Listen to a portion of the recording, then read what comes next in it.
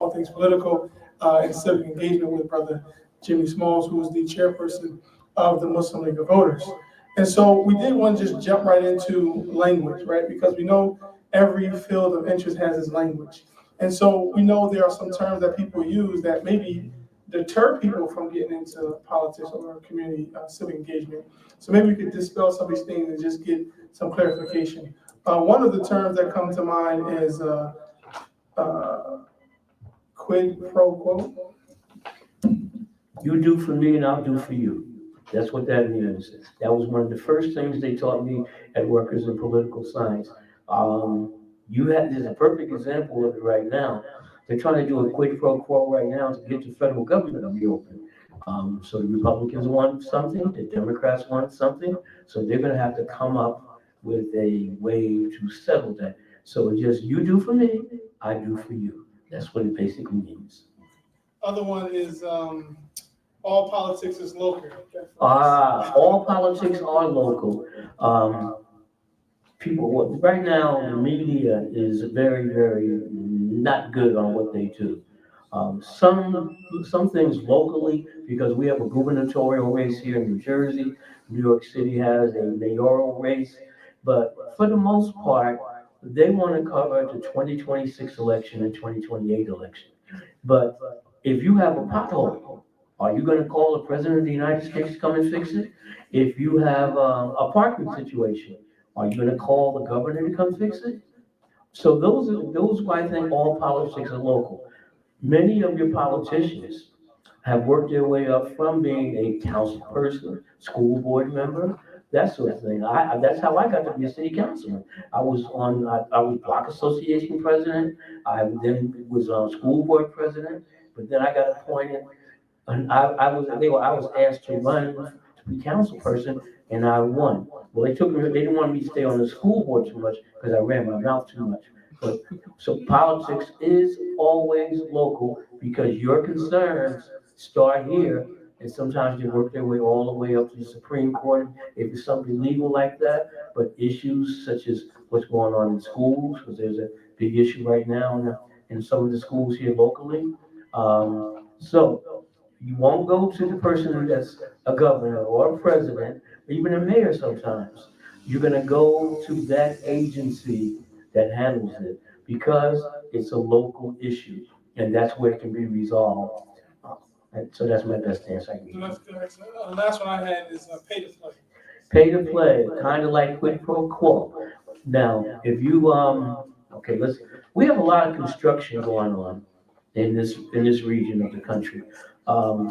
So in order to get your construction project completed, you might want to give a substantial donation to a campaign, or substantial donation to something going on in the city. It's not illegal. You're not giving people money to say, but you are giving them a way to get their project done. Okay. So these terms that we hear that's thrown around, sometimes people use that to not be involved. Just because the way it's sometimes put out there, they make these terminologies that you just said seem bad. But right now, I would love to see a quid pro quo down in Washington because there's so many people out of work. And I would love to see pay to play as long as it's legal, as long as they're not trying to pay somebody off. As I mentioned, that I use the dog catcher term as something like that. That's what pay to play is. It means giving like a donation to something, and that sometimes will speed up you getting your project done. And it's not illegal, and it's not unethical as well. Now, in regards to community concerns, as Muslims, how have you experienced over the last, I guess, for over 40 years? Clearly, you've been into politics, but how have you seen the issues of Muslims campaigning? Does it vary depending on the culture of the Muslim, or how would you? It does vary from community to community. Since you mentioned that, New Jersey has the most Muslim elected and appointed officials than any of the other 50 states. Back when I was first getting involved, we had like 10 to 15. Now it's at least 50. Um, just to name a few people, like Cynthia Brown, she was the first Muslim city clerk in East Orange, New Jersey. She still serves there. Um, Ali Chowdhury was the first Muslim mayor out in Basking Ridge. Wayne Smith was the first Muslim mayor in Irvington. So yeah, it is important that we know what we're doing and who we are having in elected offices, in appointed offices as well. Where do you see here in Newark where we could be more civically engaged? I know we have our dear sister running for Central Ward District Council, and I'm sure there are others that are in the political arena. Well, we need to get, if she works hard, she'll get elected. I'm saying Newark, New Jersey should have had a Muslim elected official long before people like myself. I was elected in 1993. Bilal was elected. Bilal Beasley, the founder of Muslim League of Voters, was elected in the 1980s. Fahima El-Amin in Plainfield, New Jersey, she was the first Muslim sister to get elected. So I just feel the people need to make sure Newark gets an elected official as well. It took a long time, but 30 or 40 years ago for the people I just named, so it's about time for Newark. Newark has had a lot of officials, political officials, but never one that's been elected. So we have to also do that. And not just here in New Jersey, yes, but other places as well, because we have Congress people, and the only one I haven't met is the young lady from California, but I've met Ilhan Omar, Rashida Tlaib, Keith Ellison, and Carson. They're all good brothers and sisters, really. And don't go by what the media says about them. They're nothing like how they describe them. And be careful the media as well, because they have a tendency to flip things or steer things the way they want.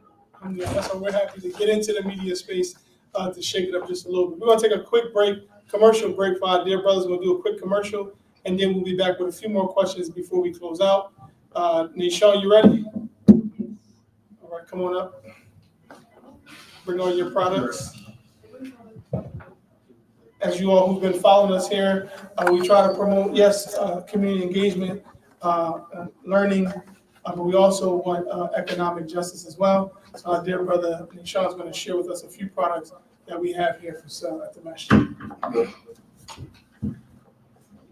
Assalamu alaikum warahmatullahi wabarakatuh. So today we have the true detergent for $20. It's 4 times concentrated and it's halal. It removes dirt, brighten fabrics, and leave a fresh, clean scent when you finish washing your clothes. And we also have the Muslim Journal for $20 also. $20 for the Muslim Journal? Newspaper? $3. Oh, $3 for the Muslim Journal. And our own 50th anniversary, 50 years of excellence and leadership of the Imam Muhammad coin that we made up, which is $20. Assalamu alaikum. Thank you. Alaikum assalam. Good to be here. So,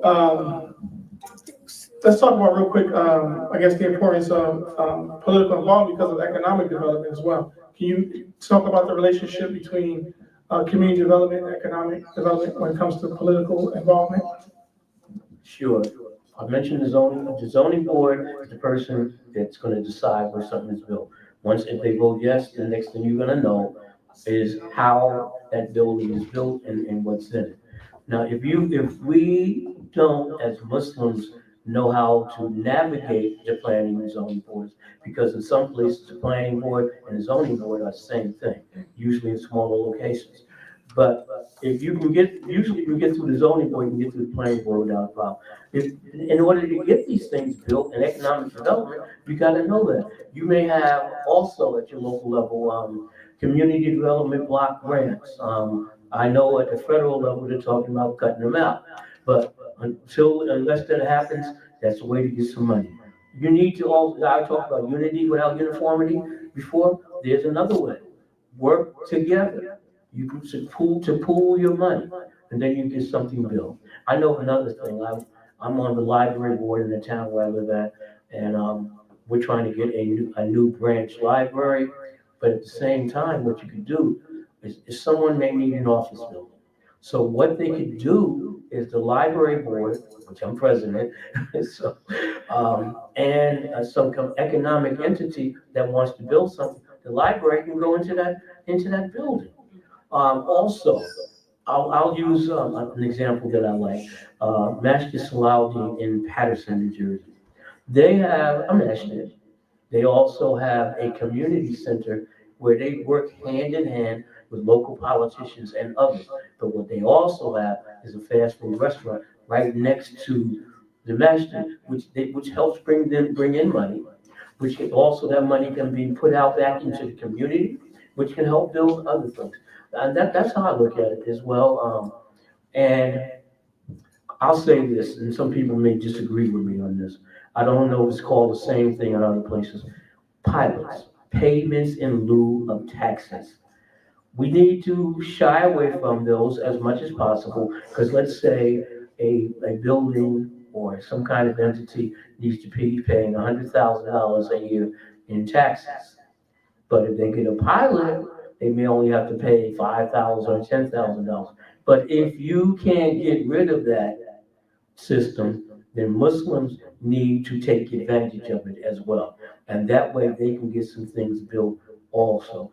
I recall many years ago, former imam of this masjid was able to get some housing built right around the corner. And the mayor at that time was Sharp James, and he was very proud of Masjid Muhammad-Newark, because he said we need some infill housing. And this was some vacant lots that sat there for years, but Masjid Muhammad-Newark figured out a way to go through all of that and get some buildings built, some nice houses right around the corner.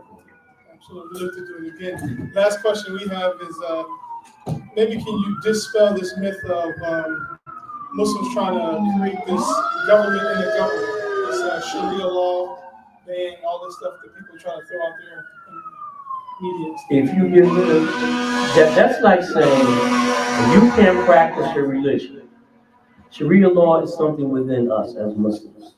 So what they're saying is something that's totally irrelevant, because if you do that, there's things that are about Jewish people, you have to tell them to get rid of it. If there's things that happen with our Christian brothers and sisters, same thing. Buddhists, the Sikh people, all of them would have to get rid of many things that they decide. Now, what a lot of Muslims do wrong here is that this is a two-party system as a democracy.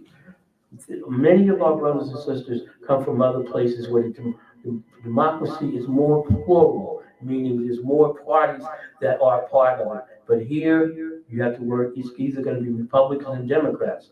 Very, very rarely does anyone else from any other party, third party, ever get elected. And they should also get away from the idea of not voting, because they're saying both parties are not the same.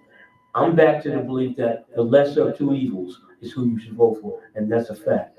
Because if you get some people in there that are corrupt, you're going to lose a whole lot of things in your community. We talk about economic growth, they're going to block ways. That planning board, that zoning board, or whatever other board, they'll appoint the people to make sure you don't get what you want. So, yes, Sharia law is something that's within us as Muslims, and that's how we deal with it. But it has nothing to do with the government and their laws, because we still have to follow those as well. I said that was the last, but this is going to be the last, because I heard from a reliable source that this brother here, Brother Jimmy Small, was very instrumental in establishing what has become the New Jersey Muslim Heritage Month in January. So if you could just talk about that a little bit, and we're going to start having planning meetings for that for those to get involved so we can start celebrating the history and heritage of Muslims in New Jersey? That was a very unique situation. And what I mean by that, I talked about unity without uniformity. It was Muslims from many different backgrounds, many races, many organizations, and we decided to work together to get this. There's a sister named Jessica, I think she lives in Bergen County now, Latina sister. She got together with now Senator Angela McKnight and proposed some legislation. So we went over the legislation bit by bit by bit until we worked out a way to make everyone uh, accept it. And so when Angela McKnight brought it to the state assembly and the state senate, it passed unanimously in both houses at towards right after Ramadan in 2023, and we started doing it in, no, I'm sorry, 2022. We started doing it in 2023 and 2024. Um, I'm planning something in East Orange where I want to, and I want you to be a part of this. We want to have a imams forum, and perhaps to talk about the history of Islam in this area, maybe worldwide, because that's what it's about, Muslim Heritage Month. And people do different things all over the state. And New Jersey's not the only place, I might add. California is light years ahead of us. Um, no, I'm sorry. We're light years ahead. I'm thinking of reparations. They're light years ahead of us. New York, under the present governor, they passed it. But we also got to watch places.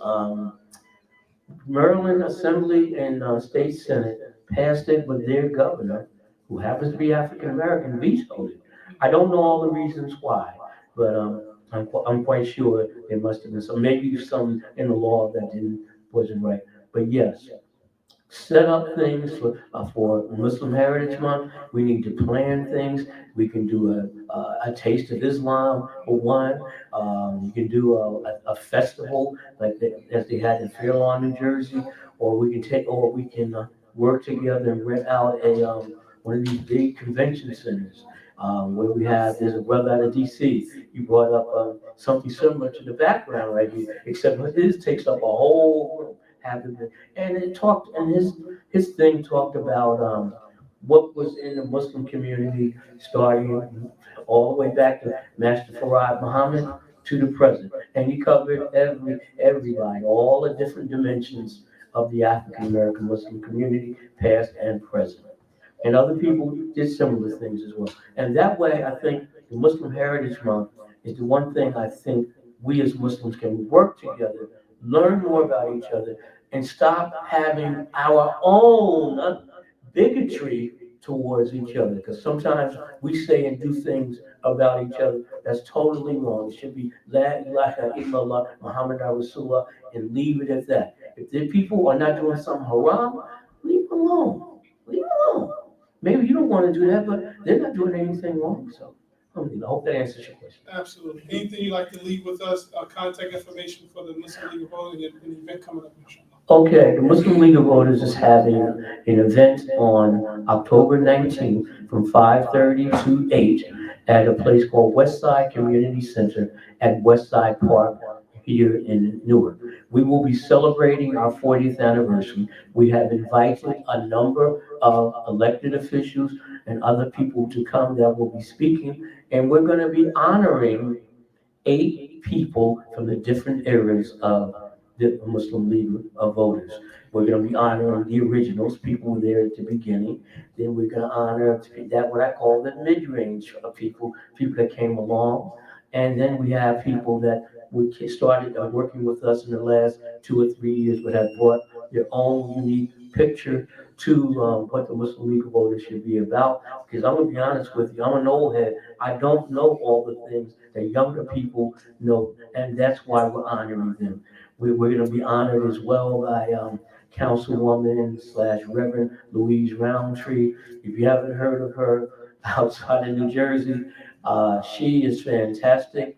As she likes to say, how many people you know that can bring together Muslims, Christians, and Jews and all get along really, really well? That's her. So, and after that, the Muslim League of Voters is going to be working with some other Muslim groups on November 17th. We're going to have Muslim Day of Advocacy in Trenton, where we're going to be going to meet different officials. Um, Namely the one, even if they're lame duck, which meant they lost the election on November 4th, but we mainly want to meet the people that will be there, state senators and state assembly people. And there'll be other organizations from around the state that will be there too, that are going to be fighting for their issues. Then January, we're gonna have Muslim Heritage Month celebrations around the state. But we want to do something unique and do something here in our community because we haven't done enough. So that's what we're looking at. Then we have Ramadan. During Ramadan, we're going to I was talking to another group I'm involved with the African American brain study, and it's not Tuskegee or some of these other things you've heard about. This is to try to make people aware of what they do as they age, and it's for people over 60, and they pay you if you work within this. So if you're listening to this and you're over 60, especially, we beg. I think you need to take advantage of it. And then right after we finish Muslim Heritage Month, is Black History Month. We'll be doing something there. And then then from that point on, we will be doing voter registration because next year we will have an election, school board election in April. You have municipal elections in May. Then we have primary elections in June. And then we go all the way back to November of 2026 where we will have elections for the United States Senate, the United States House of Representatives, which all 435 of them are up. And in some counties here in New Jersey, there will be elections for county committee people in June. So that's what we're looking forward to doing. And so you know how to contact us. Our website is at mlvnj.org. mlvnj.org. You can reach MLV at 973-580-4798. I want everyone to get involved with things that are available in your community, even stuff like Girl Scouts and Boy Scouts, PTA. All of these are important. We also are going to be doing I almost forgot, a project to instruct our young people, our own little civics program, so they will know how to do things. It's nothing wrong with them being the president of their student council or student organization, and there's nothing wrong with them being that leader that other kids want to follow. Absolutely. So again, we thank you all for joining us. We had a part one and a part two, and we're definitely going to bring it back again because again, this is one of the areas of our community concern that we are not attending to as much as we need to, and inshallah, it will help us all better and get to the goal that we need to get to. So we'll close one of our young scholars. Ahmad will come up and give us a dua, and I'll close out the live.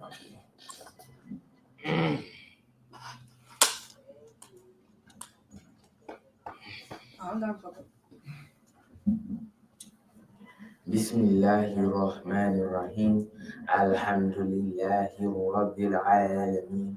Ar-Rahmanir-Rahim. Maliki Yawmiddin. Iyyaka na'budu wa iyyaka nasta'in. Ihdina siratal mustaqim. Siratal ladzina an'amta 'alaihim ghairil maghdubi 'alaihim ولا الضالين آمين. Now, in concluding this, when the slave traders and the black traders of Africa, traitors, different, traitors, when the slave traders and the traitors of Africa called themselves Muslims, were fighting each other and carrying on and weakening their people over there so that the white traders come in there and get us, take us on slave ships and bring us here. Now, all right? Yeah. So now, when all that happened, What you think was happening to our human soul? Let me tell you, God has given me an eye to see into the very abstract form of the human being by my study of the Quran. Yes. Now, I'm going to tell you what was happening. I know, as if I was there. The soul of those victims had given up on this world. They knew they were going to their death. They knew they were going to circumstances that were going to finish them off. They would never have their lives again. They knew that. But in their soul, they were saying, our children will one day be free again, and they will serve God. We have failed, but our children will one day serve God.